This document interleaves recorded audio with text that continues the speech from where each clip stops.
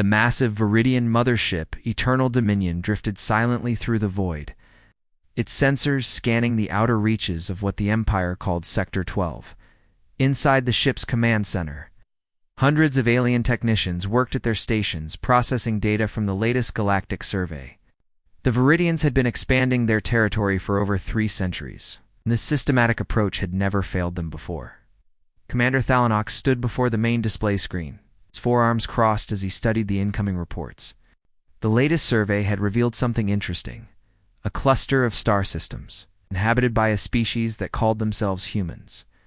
The data scrolled across the screen in neat columns, showing population estimates, technological assessments, and defensive capabilities. "Fascinating," Thalanox muttered, his translator converting his thoughts into the Empire's standard language. The humans appeared to be a young species, having only achieved faster-than-light travel within the last few decades. Their colonies were small, scattered across maybe 20 star systems. Most importantly, their military technology seemed laughably primitive by Viridian standards. Scout leader Mordic approached the commander, carrying a data tablet filled with reconnaissance images. "Sir, the preliminary scans are complete. These humans have established colonies on 47 worlds, but their largest settlement barely reaches 50 million inhabitants. Their ships are crude, relying on chemical propulsion for local travel and basic fusion drives for interstellar journeys." Thalanox examined the images with growing satisfaction. The human vessels looked like metal boxes compared to the sleek, organic curves of Viridian warships.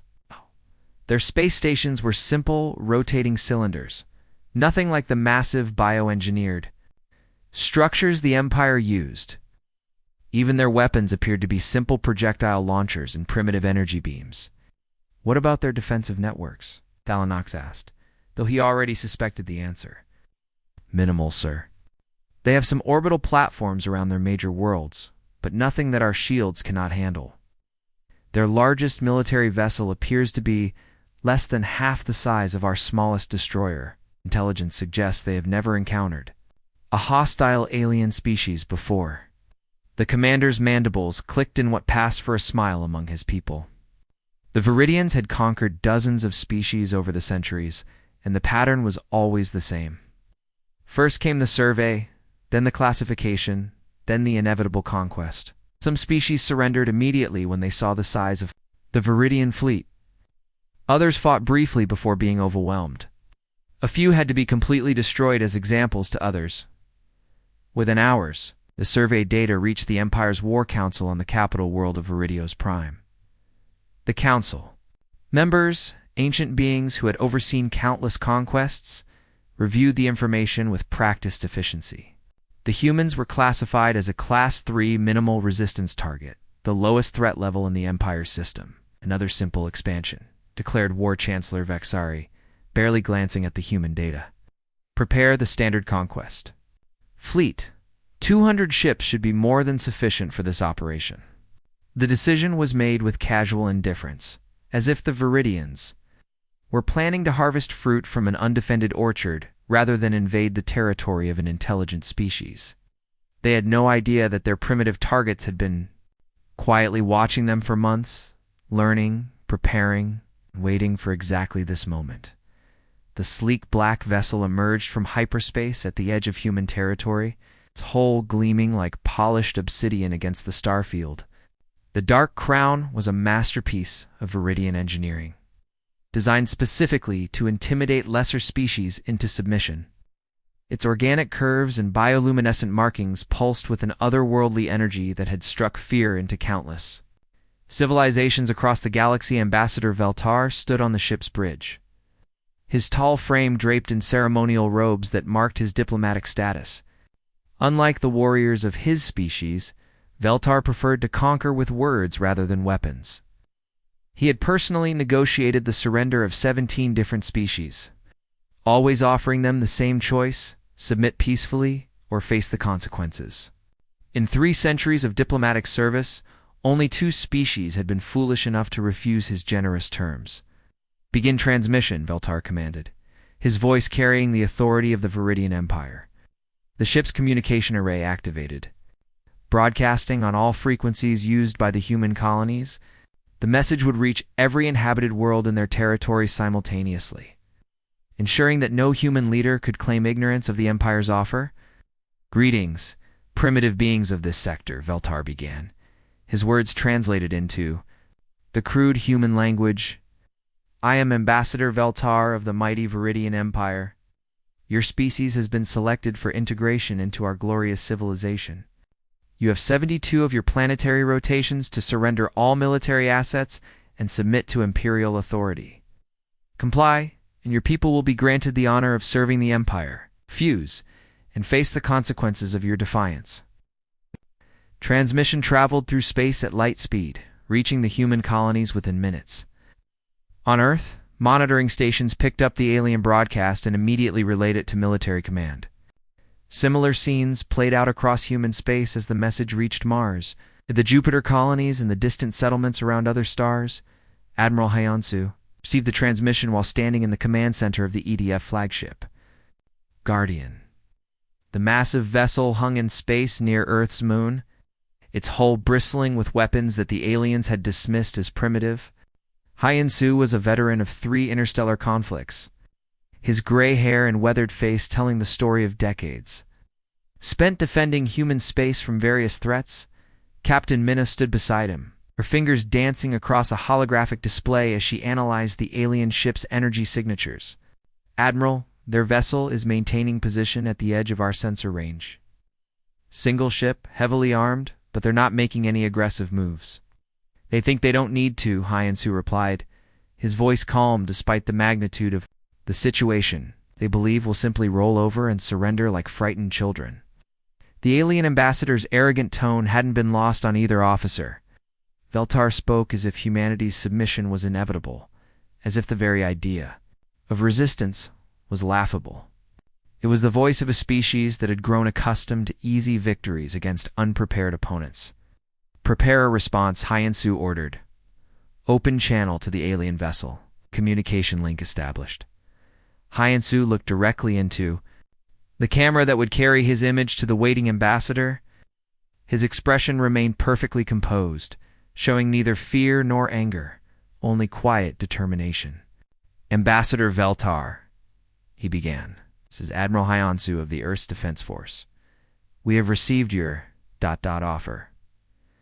After careful consideration, I must respectfully decline. Human space remains under human control.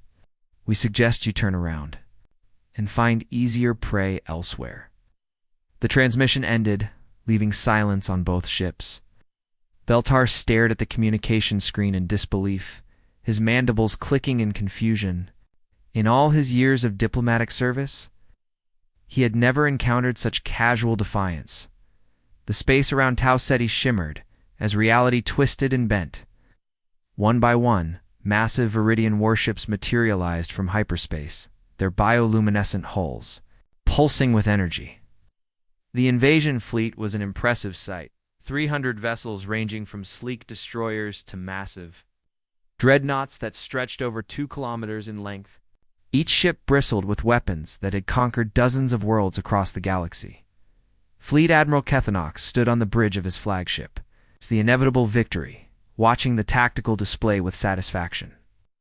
The human system spread out before them like a ripe fruit ready for picking.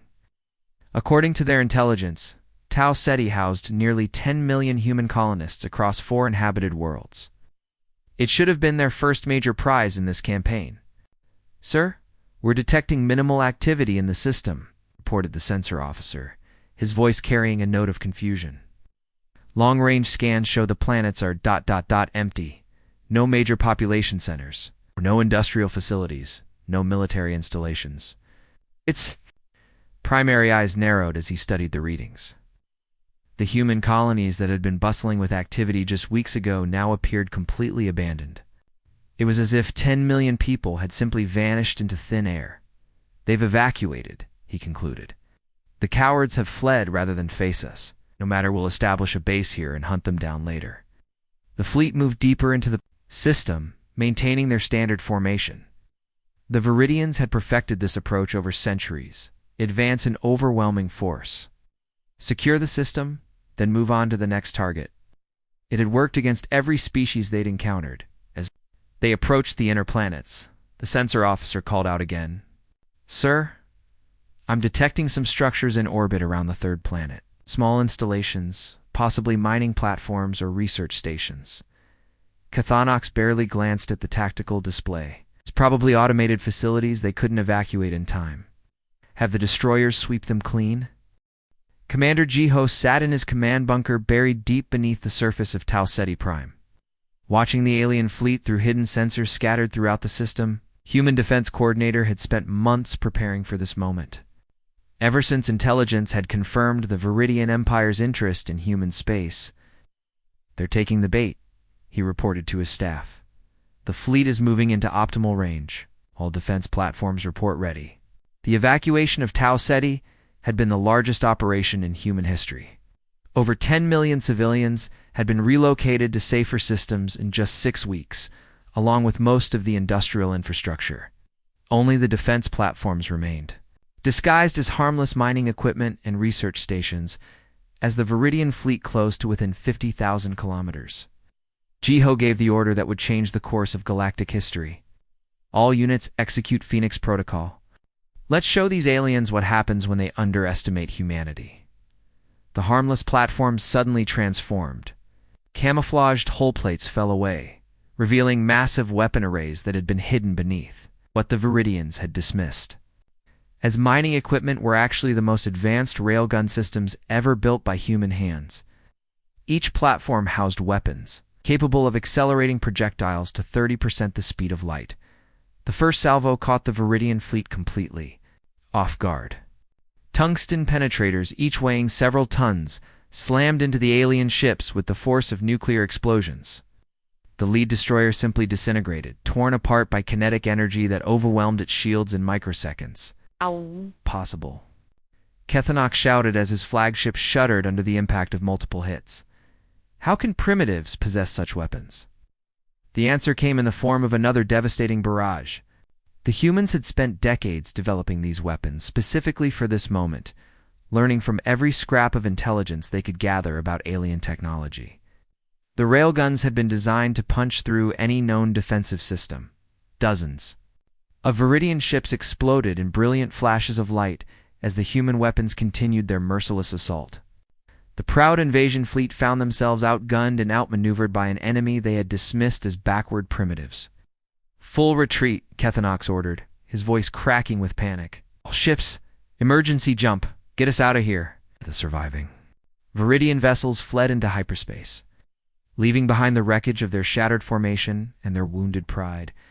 The silence in the Viridian command center was deafening. Fleet Admiral Cathonox stared at the after-action reports from Tau Ceti, his 4 hands trembling as he read the casualty numbers. 47 ships destroyed, 31 heavily damaged, and over 20,000 warriors lost in less than 10 minutes. It was the worst defeat in Viridian military history. "How is this possible?" he muttered, his voice barely audible. "Our intelligence reports showed primitive weapons, basic technology. Where did these railguns come from?" His staff officers exchanged nervous glances. None of them had an answer. The humans had somehow hidden advanced weapons that rivaled anything in the Viridian arsenal. Worse, they had lured the entire invasion fleet into a perfectly prepared trap. While the Viridians struggled to understand what had happened, human ships were already moving through hyperspace toward their next targets. The response had been planned for months, with strike teams positioned throughout the galaxy. Waiting for the invasion to begin, Captain Sujin stood on the bridge of the stealth destroyer Shadow Walker. Watching her tactical display with fierce satisfaction, her ship was one of 12 vessels in Hunter Squadron, specially designed for deep strike operations behind enemy lines. The Shadow Walker was virtually invisible to conventional sensors, its hull coated with metamaterials that bent light and energy around it. "Captain, we're approaching the Viridian supply depot at Kepler 438, reported her navigation officer.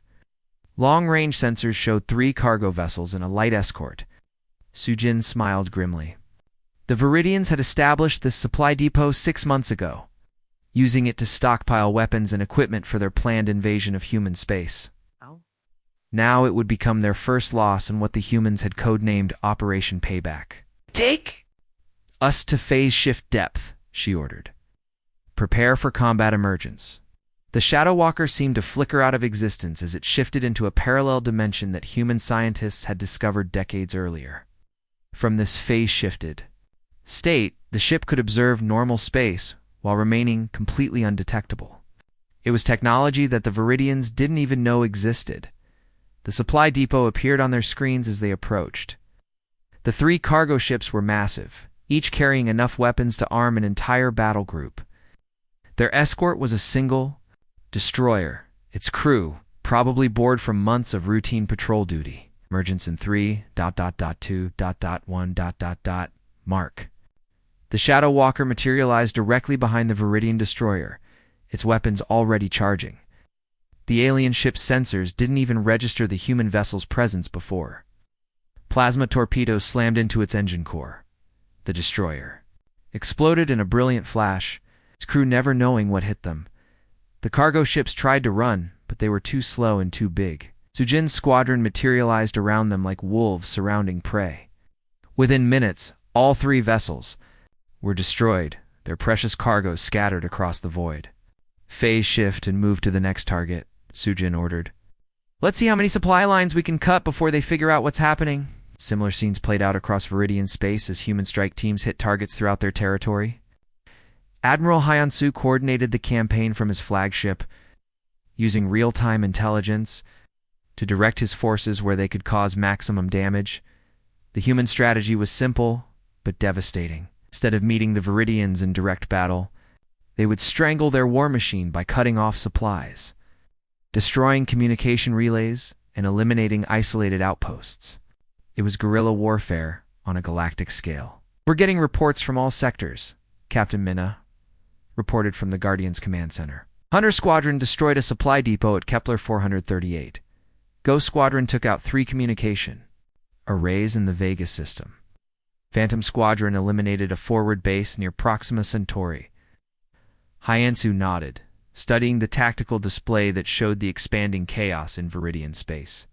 Red markers indicated successful strikes, while blue lines showed the movements of human forces. The aliens were trying to respond, but their rigid military structure couldn't adapt quickly enough to counter the human tactics. The Viridians are used to fighting enemies who stand still and fight fair, he observed. They've never faced an opponent who refuses to play by their rules. The massive Viridian fleet emerged from hyperspace around New Terra like a swarm of angry hornets. 250 warships formed a blockade around humanity's crown jewel, the largest and most prosperous colony outside of Earth itself. Home to over 80 million people, New Terra was a symbol of human expansion and achievement. Fleet Admiral Kethanox had chosen this target carefully, believing that breaking New Terra would shatter human resistance across the galaxy. Begin orbital bombardment of military targets, Kethanox ordered from his flagship. Avoid civilian areas for now. We want them to surrender, not become martyrs. The first energy beams lanced down from orbit, striking the planet's orbital defense platforms. The Viridians expected to see the usual signs of panic, evacuation ships fleeing the planet, desperate communications begging for mercy, the collapse of organized resistance. Instead, they watched in growing confusion as New Terra's entire population seemed to vanish into prepared shelters, Colonel. Sungmin stood in the underground command center, buried 3 kilometers beneath New Terra's capital city. Around him, hundreds of civilian volunteers worked alongside military personnel, coordinating the planet's defense.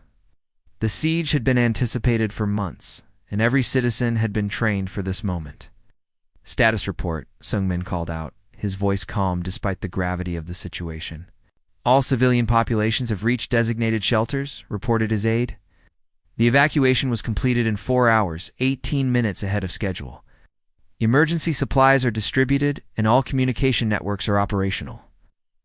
Sunmin nodded with satisfaction. The people of New Terra had practiced this evacuation dozens of times, treating it like a fire drill. Now their preparation was paying off as 80 million people had seemingly disappeared from the planet's surface. Above ground, the Viridian bombardment continued, but their weapons struck empty buildings and abandoned streets. The aliens had expected to terrorize civilians, but there were no civilians to be found. Instead, they found themselves attacking a planet that had transformed into a fortress. Engineer Yunju worked frantically in the underground industrial complex, coordinating the deployment of defensive systems that had been built in secret over the past year. Hidden weapon emplacements rose from beneath parks and residential areas, their camouflage surfaces falling away to reveal advanced human technology. Sector 7 defense grid is online, she reported over the communication network. Automated systems are engaging enemy landing forces. The Viridians had attempted to land ground troops in what they thought were abandoned cities, only to find themselves facing a nightmare of automated defenses. Every street corner became a kill zone as hidden turrets emerged from seemingly innocent buildings. The aliens found themselves fighting an enemy that seemed to be everywhere and nowhere at once. Dr. Young-ho moved through the underground medical facilities, treating wounded defenders who had been injured in the initial bombardment. The complex had been carved out of solid rock, protected by meters of stone and reinforced concrete. Despite the intensity of the orbital bombardment, casualties had been remarkably light. "We're holding them," he told a wounded soldier as he bandaged a plasma burn.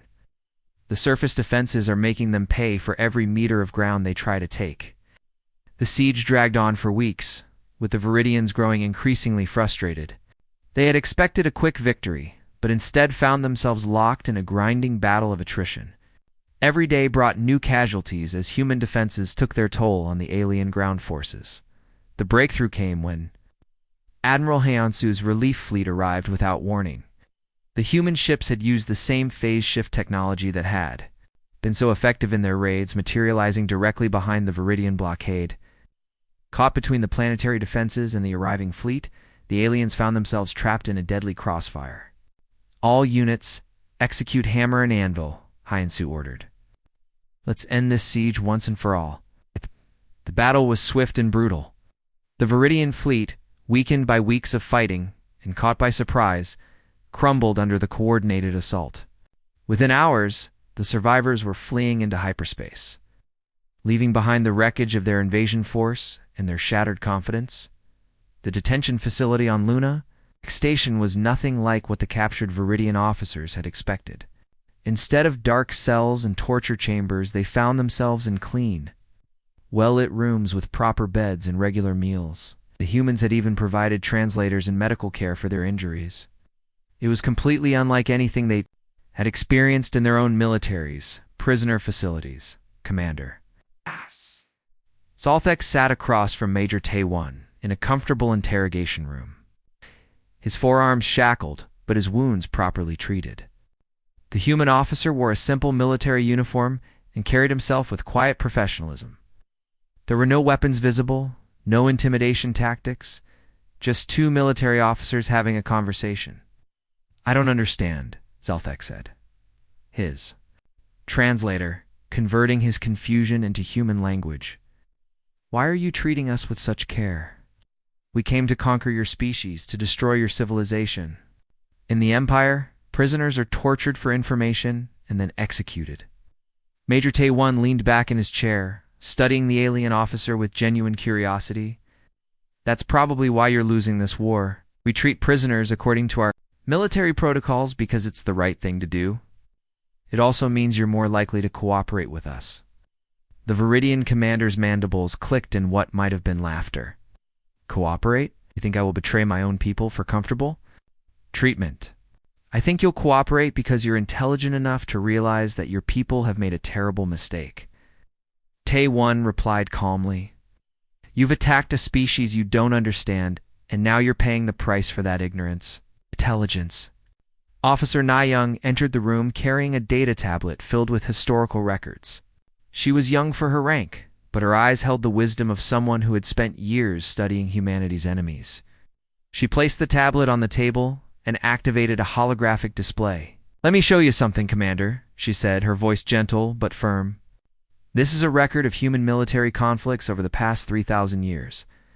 Every war, every battle, every tactical innovation our species has developed." The hologram showed a timeline stretching back through human history. With swords and spears gave way to conflicts with gunpowder weapons, then mechanized warfare, aerial combat, and eventually space battles. Each era brought new technologies and tactics, each conflict teaching humanity lessons about war. The Greco-Persian Wars, the Punic Wars, the Mongol invasions, world wars, the colonial conflicts, the space wars of the 22nd century. Na-Young narrated as images flashed across the display. Humanity has been fighting itself for millennia. Commander, We perfected the art of war through constant practice. Zalthek stared at the display in growing horror. Sheer scope of human conflict was overwhelming. His own species had fought perhaps a dozen major wars in their entire history. But these humans had been engaged in almost continuous warfare for thousands of years. You see, Commander, Major Tae-1 continued, every human conflict has been a training exercise. Every battle taught us something new about tactics, strategy, and technology. When we finally developed space travel, we didn't stop fighting. We just moved the battlefield to other worlds. The hologram shifted to show more recent conflicts. Human ships engaged in brutal battles around distant stars, testing new weapons and tactics against each other. Even their civil wars had been laboratories for military innovation. We've been preparing for galactic war since we first looked at the stars, Na-Young explained. We knew we weren't alone in the universe, and we knew that contact with alien species would probably lead to conflict. So we prepared. She activated another display showing intelligence reports about various alien species. We've been studying you for decades, Commander. Your tactics, your technology, your weaknesses. We knew about the Viridian Empire long before you knew about us. Zalthek's voice was barely a whisper. How long have you been watching us? Since your first expansion into the Centauri sector 40 years ago, Na-Young replied. Stealth probes, monitoring your activities, learning your battle patterns, studying your technology. We knew you would eventually notice us, so we prepared accordingly.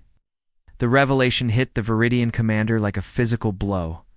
His species had stumbled into a war with an enemy that had been preparing for this moment for decades.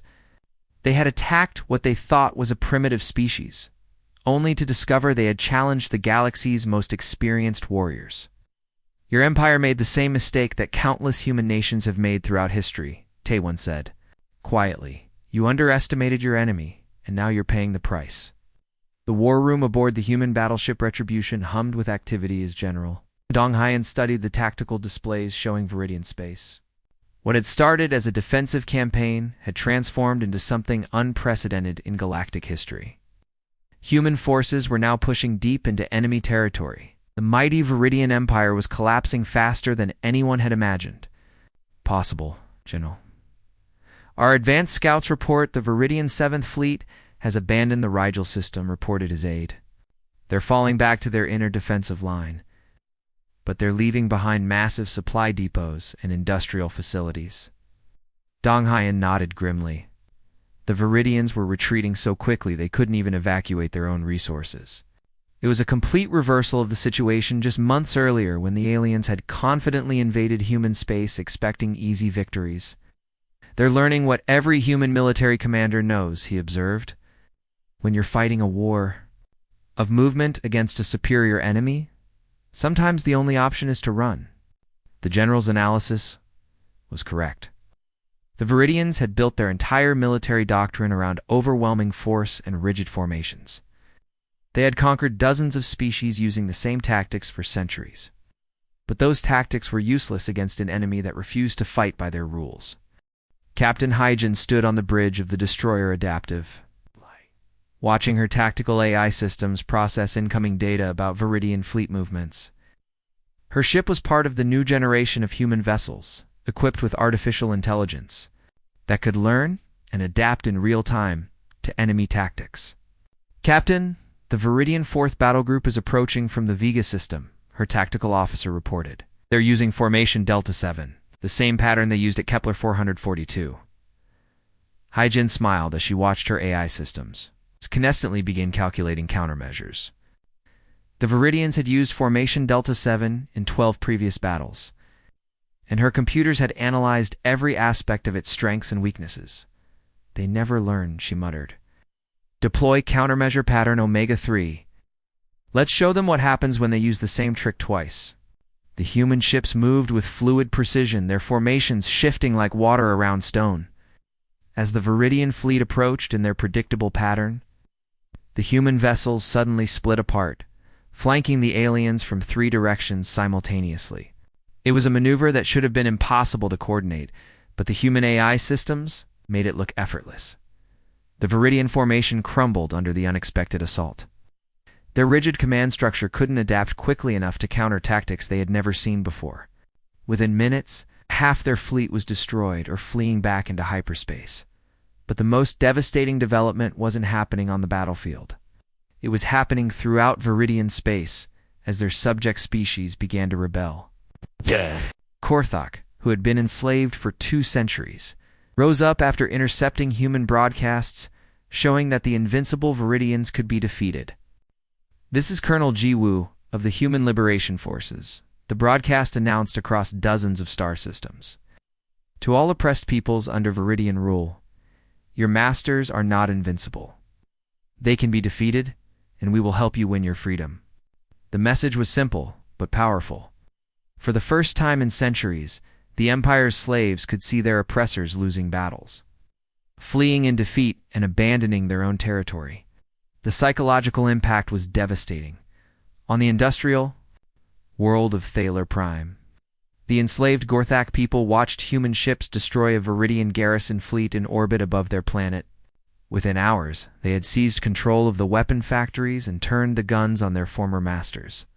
In the mining systems of the Outer Rim, the Zilani workers sabotaged extraction equipment and declared independence. The Viridian overseers found themselves outnumbered and abandoned by their own military, which was too busy fleeing human advances to provide support. The rebellion spread like wildfire through Viridian space. Species that had been conquered centuries ago suddenly remembered what freedom felt like. The Empire's economy began to collapse as their industrial base crumbled and their supply lines were cut by their own former slaves. "Sir, we're receiving surrender requests from 17 different Viridian systems," reported General Donghan's communications officer. "They're requesting human protection from rebel forces." The irony wasn't lost on anyone in the war room. The same aliens who had invaded human space expecting easy conquest were now begging for human protection from their own former victims. "Grant them safe passage to designated internment areas," Donghan ordered. "And make sure our broadcasts reach every corner of Viridian space. Let everyone know that the Empire's reign of terror is ending. The mighty Viridian Empire, which had dominated this region of the galaxy for centuries, was crumbling from within. Their rigid military structure, designed for conquest, proved completely unable to handle the chaos of simultaneous rebellion and military defeat. The ancient trading station of Omega Point had seen many historic moments in its 1,000-year history, but nothing quite like this. Built by a long-dead civilization at the intersection of 3 major hyperspace routes, the station had served as neutral ground for countless diplomatic meetings. Today, it would witness the end of the Viridian Empire's reign of terror. Fleet. Commander Zarthik's shuttle approached the station with a small escort of damaged warships, all that remained of the once mighty Viridian fleet. His uniform, once pristine and decorated with the honors of a dozen conquered worlds, now bore the stains of defeat and desperation.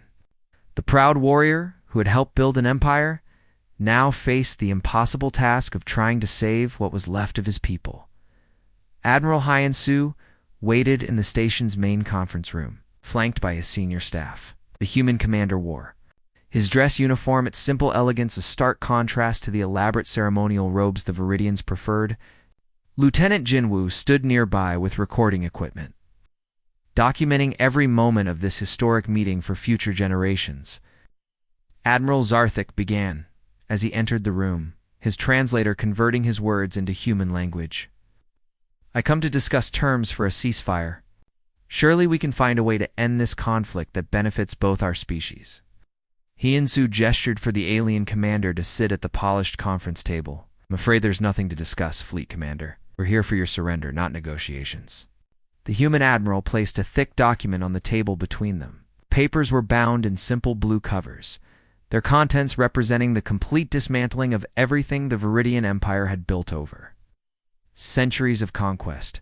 These are the terms of your unconditional surrender, Hyansu continued, his voice calm but firm. You will withdraw all Viridian forces from conquered territories immediately. You will provide full reparations to all species your empire has enslaved or oppressed. Your military will be dissolved, and your weapons of mass destruction will be destroyed under human supervision. Zarthik's mandibles clicked in distress as he read through the document. Each page detailed another aspect of his civilization's complete defeat. The empire that had once controlled hundreds of star systems would be reduced to their original homeworld, stripped of their military might, and forced to make amends for centuries of brutality. You cannot be serious, he protested. My people will never accept such terms. We would rather die fighting than submit to this humiliation. Your people are already dying, Hyansu replied quietly. Your fleets are destroyed, your colonies are in rebellion, and your government has collapsed. You have two choices. Sign this document and save what's left of your civilization, or watch your entire species become extinct. The stark reality of the situation hit the Viridian commander like a physical blow. His proud warrior culture had been built on the belief that they were the ultimate predators in the galaxy.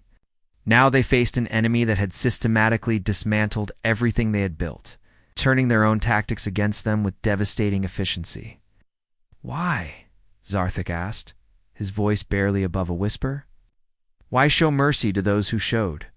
You none. Your forces could have destroyed our homeworld, exterminated our entire species. Instead, you offer us a chance to survive. Lieutenant Jinwoo adjusted his recording equipment, capturing the alien commander's confusion and growing realization.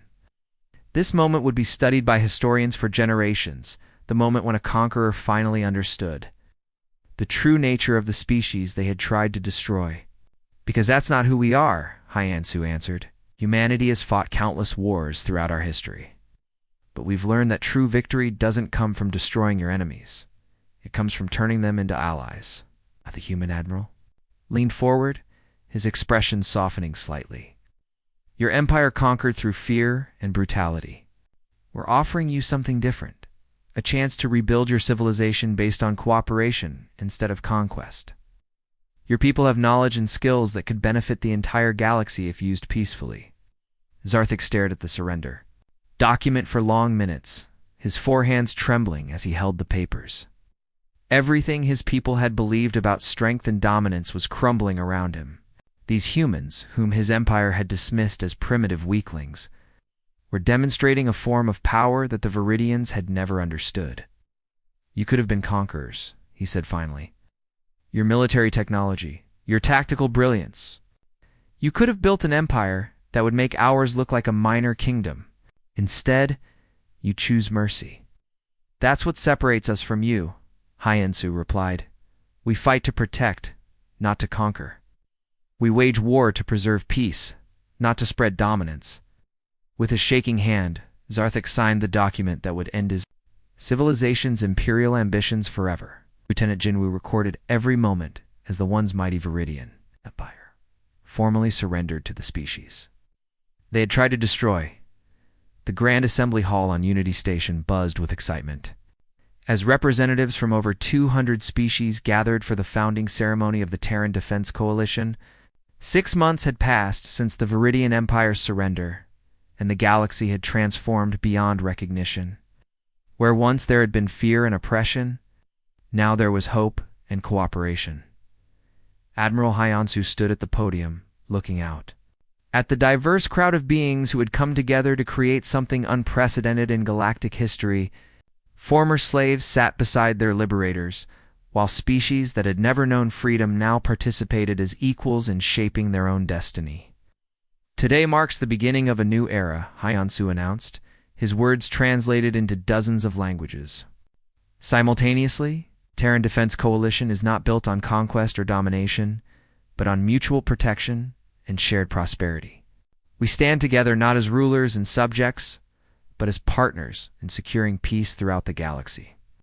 The response was overwhelming. Species that had lived in terror for centuries now applauded the promise of a future where strength would be used to protect the weak rather than exploit them. The Korthok delegation, still bearing the scars of 2 centuries of slavery, wept openly as they realized their freedom was permanent. In the months following the Viridian surrender, humanity had worked tirelessly to establish a new order. Instead of claiming the Empire's former territories as their own, they had granted independence to dozens of species and provided protection to those who requested it. Human technology, once closely guarded, was now being shared freely with allies who had proven their commitment to peace. Commander Soyoung walked through the Coalition's new headquarters, reviewing reports from across the galaxy. The transformation had been remarkable. Former Viridian weapons factories now produced agricultural equipment and medical supplies. Slave labor camps had been converted into education centers where liberated species could learn new skills and rebuild their societies. Commander, her aide reported, receiving a priority transmission from the Outer Rim. It appears another aggressive species has been making territorial claims near the Zilani systems. Soyoung sighed. The galaxy was a vast place, and there would always be those who believed that might made right. The Coalition's work was far from over, but at least now they were prepared for such challenges. The transmission came from a species calling themselves the Drakmor Hegemony, their ships having recently appeared at the edge of former Viridian space.